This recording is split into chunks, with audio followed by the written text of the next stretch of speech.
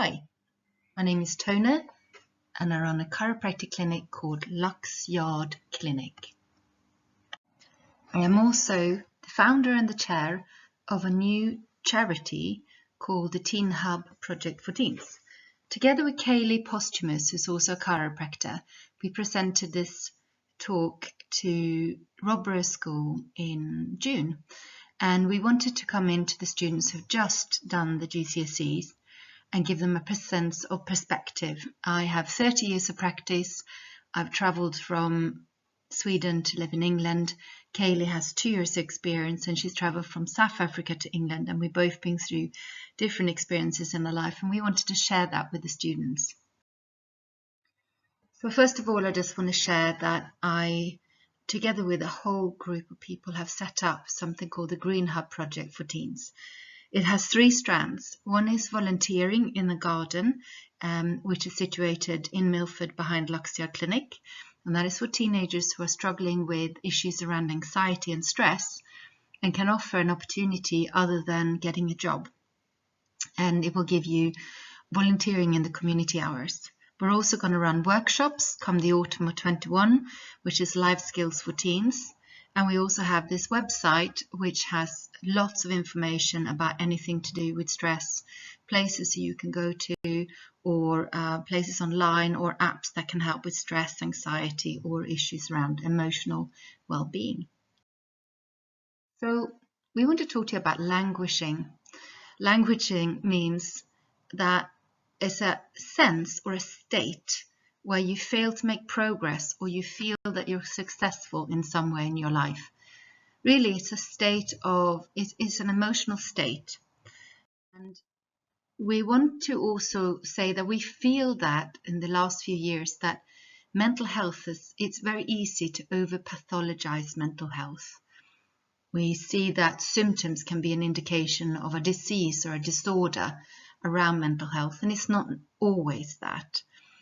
However, languishing is a completely normal response to current circumstances, i.e. meaning circumstances that are out of your control, such as the pandemic, which is what happened to all of us around the globe. And it's not something of our own doing, it's something that's happened to us, and we have reacted to it because it's gone on for such a long time, and it's been out of our control, and it's going on and going on and going on.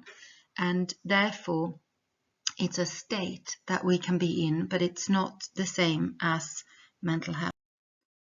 So we would like you to get a pen and paper, so perhaps pause this recording. We would like you to, number 1, write down, how did you feel when the lockdown happened in 2020 and you were, as a student, having to work from home and try and figure out how to do Zoom, and that possibly didn't work for you, couldn't see your friends, couldn't be social. And then we would, at number 2, like you to write down how you feel right now when we're a year down the line and you've been able to go to school since perhaps middle of March, but how do you feel right now? And feelings and emotions are quite different. So emotions are associated with bodily reactions that are activated through neurotransmitters and hormones released by the brain. Feelings are the conscious experience of emotional reactions. So it's quite interesting to start looking at neuroscience and how we can start feeling things actually through neurotransmitters, because that can make a big difference to your feeling of control. So what do you think this could be? We put this up in the class and wondered what the students thought this could be. I personally thought it was a piece of hair on a microscopic level, but what could that be? It is the stalk of an apple, and the idea is that it's all about perspective. The next picture we have here is also interesting to look at. What could this be? A lot of people felt that this could potentially be a pepper or a bell pepper, but actually it's the lid of a Coca-Cola bottle. So when you're looking at something at a bigger scale, we have a feeling of it from one perspective, and when you look at a smaller scale, we get a different perspective. And life is all about perspective, and we feel that when we are struggling or languishing, we could sometimes be stuck in one perspective, and sometimes it's good to take a step out of that. Here's another one, and this was interesting. We had lots of thoughts and discussions about this. Cotton, string, but actually it's the string of a tea bag. So the long haul effects. So in 2020, the predominant emotions and feelings were mostly dictated by the amygdala. Now, the amygdala are two little glands that you have in your brain that detect threat. They're looking for threat a lot, and they can become overexcited when we get stressed and anxious. And we developed certain routines to ease the sense of the dread that we were feeling. But as the pandemic wore on, this acute anguish or stress or worry gave way to more of a chronic state of languishing. And that's where a lot of people are now. As a chiropractor, I have a lot of patients who are saying to me, oh, I just feel not dreadful, I feel aimless, I feel like it's slightly grey instead of having colour, I feel like everything's keeping on the same and I have no control. So languishing is sort of like in between where you have depression or feelings of depression, where you're despondent, drained, and you can feel worthless.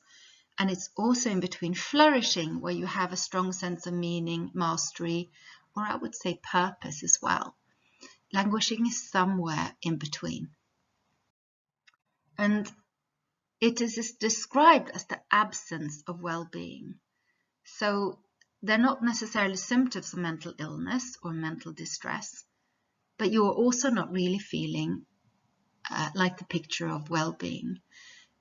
A lot of people say there's a sense of stagnation, of emptiness, and some of the feelings could be lack of motivation, loss of focus, joyless, hopeless, indifference, and aimless. And if you feel that you felt this through the last year, you could potentially have just been languishing, and as a result of the length that this has been going on since the start of the pandemic. And we hope this gives you some sort of hope that, okay, I am simply reacting completely normally like most people are doing across the planet. And I can get myself out of this. But the big deal is that if you're languishing, you're 3 times more likely to cut back on work or maybe not work in whatever it is, studying or working as you could do.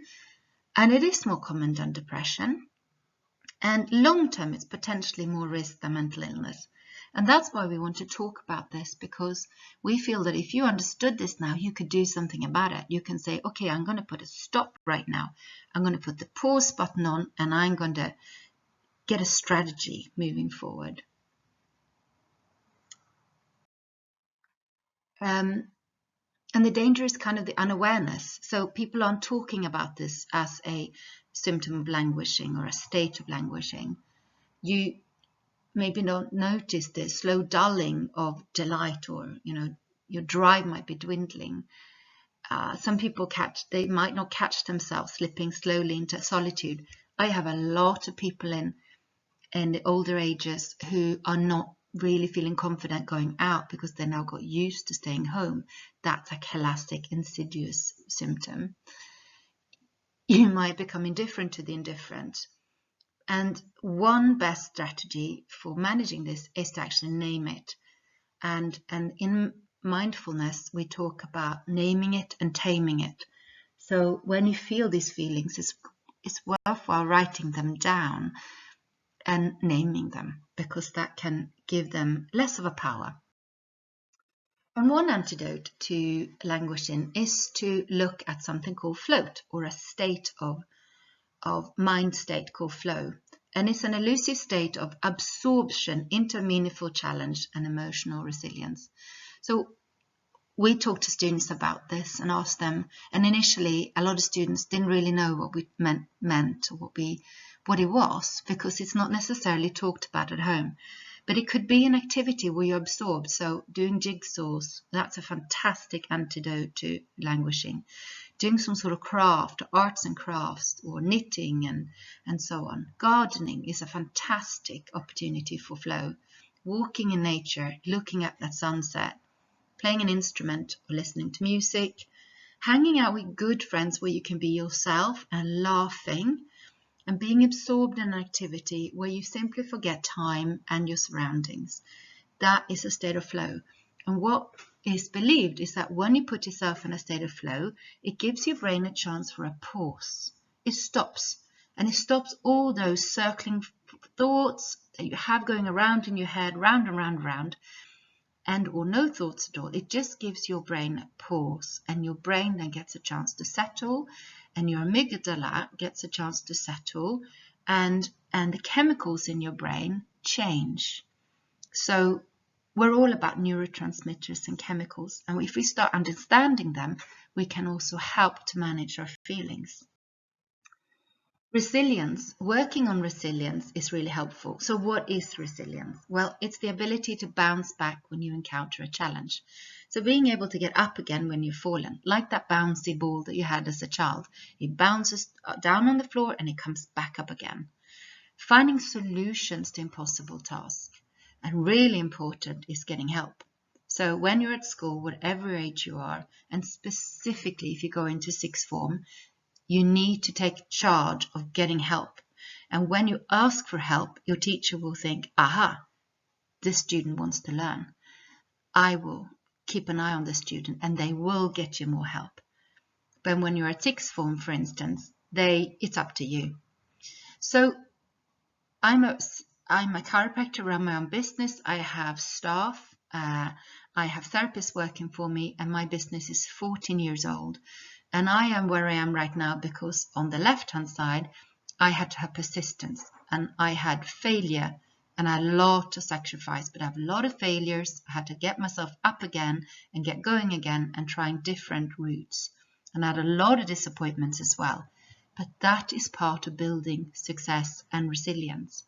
I also had to create good habits. I had to look after my health, my well-being, my food, my diet, my exercise, my meditation. And I work hard and I'm really dedicated to my goals. And that is what builds resilience. It won't just happen to you. All of these things is what creates resilience. And we can help to strengthen our resilience, and you can control that by a healthy diet. So making sure you eat good, healthy, clean food. You eat well regularly. You don't necessarily go on restricted diets, but you eat well. Staying connected, both listening to yourself and what your body's telling you, because your body talks to you all the time. We've just been taught to not listen to it. But staying connected to friends, and good friends. Having good, meaningful connections will increase your resilience. Making sure you get enough sleep. So if you're a teenager and you listen to this, teenagers do need 8 to 9 hours a night to help the brain to be the best that it can, and also reabsorb and absorb your knowledge that you learned, and relaxation and mindfulness. So learning mindfulness is one of the best skills that you can have, and I wish that I had learned that when I was a teenager and not just in my 50s. So habits and structures can really help the brain. So there are several things here can make a difference to you. So obviously doing self-care can make a difference to your mind. Physical exercise is really helpful for your body to be stronger and have better resilience. And that could be anything from walking, running, swimming, dancing, cycling, whatever it might be. But physical exercise changes your brain for the better. Also supporting your brain by learning something new that wakes your brain up. So learning a language, learning coding, learning a new skill, a new craft, that really wakes your brain up. And kindness. And we really believe that kindness is an important thing, which we'll talk about in the next few slides. But then it's also really interesting to talking hacking happy hormones. Now, not a lot of people know about this, but a lot of us have heard about dopamine. A lot of us have heard about oxytocin, perhaps serotonin and endorphin. But let's talk about them separately. So dopamine is your reward chemical. So dopamine is hugely linked to your phone or your social media. And unfortunately, they have they've hacked this so that you want to be on your social media and your phone all the time. And every time you get a notification, you get a little bit of a dopamine kick and a hit. And unfortunately, that can overwhelm you so that you don't really get dopamine as easily in other ways. So it's good to be aware of that with regards to social media, and it's good to perhaps give yourself a social media break. But when you complete a task, you get a dopamine hit. When you're doing activities that you care for yourself, being with friends, doing a great exercise or an activity, eating good food, and celebrating little wins, that is the sort of thing to give you dopamine. On top of that, being kind, showing gratitude, can give you a dopamine kick. So being kind to others can actually then give you a kick of dopamine, which makes you feel better yourself. Serotonin is the mood stabilizer. So meditation can help to stabilize serotonin, running, sun exposure. So you get when you get vitamin D through sun, you also help serotonin. Walking in nature, cycling and swimming all can help to balance serotonin. So isn't that quite interesting that you can do this naturally? Oxytocin is what we call the love hormone, but you can also get a release of oxytocin when you play with a pet, like a dog or a cat, playing with a baby, holding someone's hand, hugging someone, and giving someone else a compliment. And the endorphin that most of us know about, which is a painkiller, it's also a happy hormone because you can release that through laughing, using essential oils, watching a comedy, dark chocolate, and obviously exercising where you do cardiovascular exercise. So we think it's really exciting, and I wonder whether perhaps in a few years' time that we're going to start looking at how we can create our own happy hormone cocktail naturally through doing all these fantastic activities and knowing about this. So if you did all of these things, you would start creating more chemicals in your body that makes you feel good. So what happens if you hit a wall and you just, will get a crisis? Well, first of all, we believe that everybody will have a crisis at some point in your life. And if you don't, I don't think you're recognizing your body. And the key is to be okay about this, to be ready to learn and develop from it and see it as a part of your journey. So your life journey is a little bit like a roller coaster. It goes up and it goes down. It stays on the same path. It goes down, it goes up. And the key is to find your best strategies for yourself to be more grounded. And to think, okay, here comes the wall. Right, I now have strategies that I can use when this happens. Instead of going, oh my God, my life is, my life has been turned upside down. I'm the only one in the world who has this. No, this happens to every single person.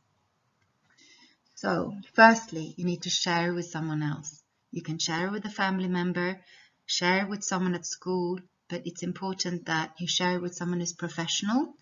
And if you share with a friend, we would ask you kindly to not ask your friend to keep this as a secret, because that is putting a lot of responsibility on that person, and it might be a difficult secret to hold for them, which will almost create like a backpack of a secret. But try and share with someone also that is a professional, so can help you to untangle this. See it as a knot that needs untangling. Schools have professionals who can help you. Counseling can help you and find out who you are, and that can make you stronger for life. It can help you become a better you. It is wise to get coaching or counseling to have better strategies for life. So it's not just necessarily for when we have a crisis, but as a person who's 55 and I lived quite a bit and I've been through a lot, all the people I know who have had crises and have had help are much more resilient and stronger, and they can handle life better. Write a journal. So when you get all these knots, life knots, out of your head onto paper, it will then hold less negative energy for you, and it will help you to get what we talked about before, a perspective. It will see it from a different point of view. We highly recommend that you look into doing meditation or doing yoga, or getting breathing through yoga, or doing deep breathing through either meditation or breathing exercises. This is the scientifically most effective way to change your brain from a stress state to a more grounded state. Walking in nature, the forest bath effect.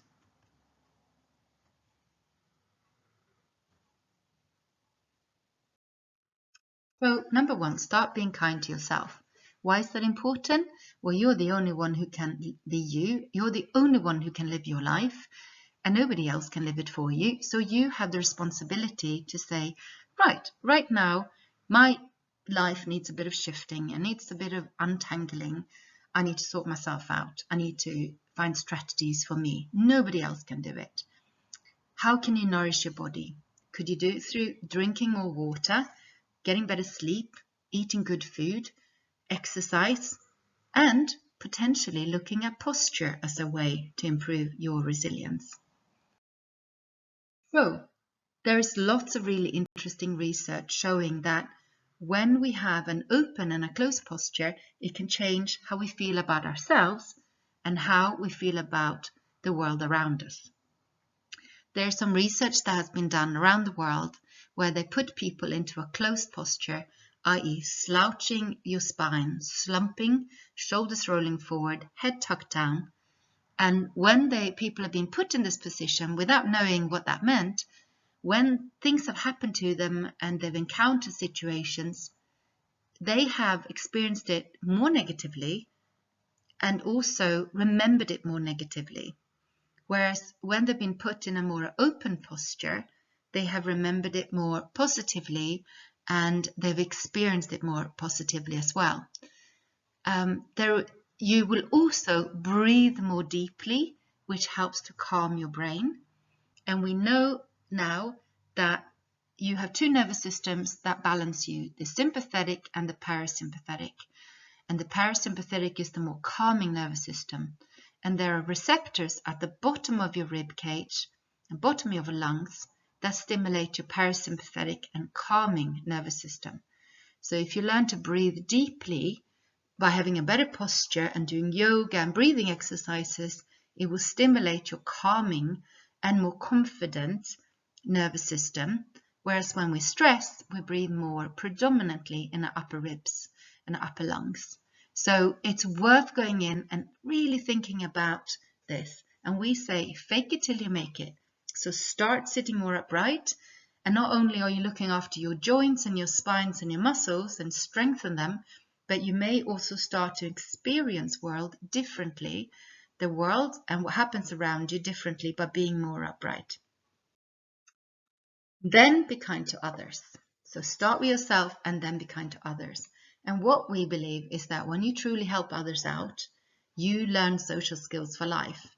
Then you also release dopamine in your brain, which we talked about before, is happy hormones. And you become the person you actually would like to hang out with yourself. Start working on yourself, how you authentically can be a person who thinks more about others, is more kind, doing things for others. And if you find this difficult, start with small things. Say thank you for dinner. Thank you when someone gives you a lift. Thank you when someone does something for you. Just start with that. Start showing gratitude and then kindness. Can I help you with this? Can I help you? Is there anything I can do? Or giving someone a compliment. Instead of thinking about it inside, share a compliment with someone. I really like what you're wearing today. You're looking great today. Oh my gosh, I like your hair today. Small compliments, acts of kindness and gratitude will help your social skills. And guess what? You will become more employable in the future. Potentially, it will not only give you potentially a job, but maybe even a promotion. So isn't it interesting that being kind will increase social skills and have a ripple effect beyond that. And then we believe that being kind to yourself, being kind to others, and build your tribe, build your connections, your social connections, who you hang out with, who inspires you to be motivated and inspire you to work harder and better yourself. So they say that you are a reflection of the 5 people that you hang around. And, if there are people that you look up to, you're inspired by, that will then motivate you to be like that. It can also be the other way. But also the people you hang out with, if they are good connections, they will make you safe. That will make your amygdala feel calm and your brain to be calmer. So if you can't see your friends in person because of isolation or quarantine or whatever, talk to them online. But as soon as you can see them in person, it's the seeing them face to face that makes the real difference to your connectedness and your brain calmness. And I would say choose very wisely who your non-competitive supported tribe is. Because you will find friends through life, but if you can make this a thread for life, having friends that are supportive, friends that make you feel calmer, friends where you make a difference to them and they make a difference to you, and where that is an equal, then that will be a massive learning for life. And when you do journaling, I would highly recommend anybody to do journaling and practice optimism and gratitude. So every night, just have a piece of paper or a booklet or a pad of paper by your bed, write down 3 things that day that was positive. And, if you find it difficult, just write down, I managed to eat food, I managed to go outside, I managed to get to school, I managed to contact a friend. And that can then build on, I had a really good day today, I enjoyed that class. I surprised myself, but that class was actually quite good. Or I was brave and asked someone for help. I was brave when I went up to a teacher and said, I need your help. Or I did something out of my comfort zone. 3 things every day for 30 days will start to create positive chemicals in your brain, and you practice optimism. We also know from science and scientific experiments that working on positive affirmations and mantras can make a massive difference to how you experience a situation. So, I am stronger than I think I am is a mantra you can put up on your wall and put it up there and read it every day. If you're having a difficult time, write, this too shall pass, but make it your own. And the more you repeat this mantra and the more you believe it, the more it will register positively in your brain. And there are 5 things here that make a difference, that can make that possible. Then I would like you to think about, what are the things that you really love? What fires you up? What do you care about? If you are you're going to 6th form, say you're in year 10, you're finished year 11, and you're about to go to 6th form, and you made your choices, but there may be other people's choices. Then think again about what is it that you really, really, really love? What makes you really excited? Because only you can live your life, not your parents, not your grandparents, not your teachers. Don't live your life through other people. So let's say you have something you absolutely love and is a natural talent, but your parents say, no, that's not what you're going to make a living on. Well, I say, if you have a natural talent, well, use it, because already you're halfway there because you're finding it easy. And if you love it, hey, give it a go. 6th form is where you try things. Very quick fact, exercise can make a difference for getting rid of inner stress, strengthen your stamina, make you stronger. It can help your focus and concentration, helpful in learning or at any work. It can help sleep, improve your mood, and give you more energy. So whatever it is, just go out for a walk, go out for a cycle ride, try and do some swimming, join a club in some sort. Even if you start once a week and just start a little bit and build on it, it can make a massive difference. In Japan, there's something called the Shinrin-yoku, or the forest bath effect. Going out into nature can oxygenate your brain, lift your mood. It gives you a different view. It gives you a perspective, a reflection on where you are right now. It can also help your lateral thinking and help you get out of the bubble. And they also believe that being in nature, being under trees, can give you well-being chemicals that can improve how you feel. As we still are in the latter stages of the pandemic, we also believe it's important to work on your immunity, and you can do that through drinking more water, eating good food, relaxation, sunshine, exercise and sleep. And it's also helpful to eat good, but if you feel you're lacking in your diet, make sure you take vitamin C and vitamin D. If you are at this point struggling with tiredness and fatigue, exhaustion that makes you absolutely tired, and muscle ache and lack of motivation, you may be deficient to vitamin D. Go and have a blood test and make sure you get vitamin D. We've also added zinc and elderberry in here for good nutrition. So at the end of this presentation, we would like to go back to your little notepad and write down, how do you feel right now after this presentation? Is there anything that we talked about today that maybe resonated with you? Could you take some steps towards these actions? Could you do one out of the things we mentioned today? Write them down right now, put them on a wall to remind you. If you want to, send us a message through the Green Hub's Instagram or Facebook page and say, I'm going to do these things, or tell a friend that you're going to do it. So you do like a little accountability. So we share it with someone to help you to be inspired, and maybe they will do the same thing. So we hope that this has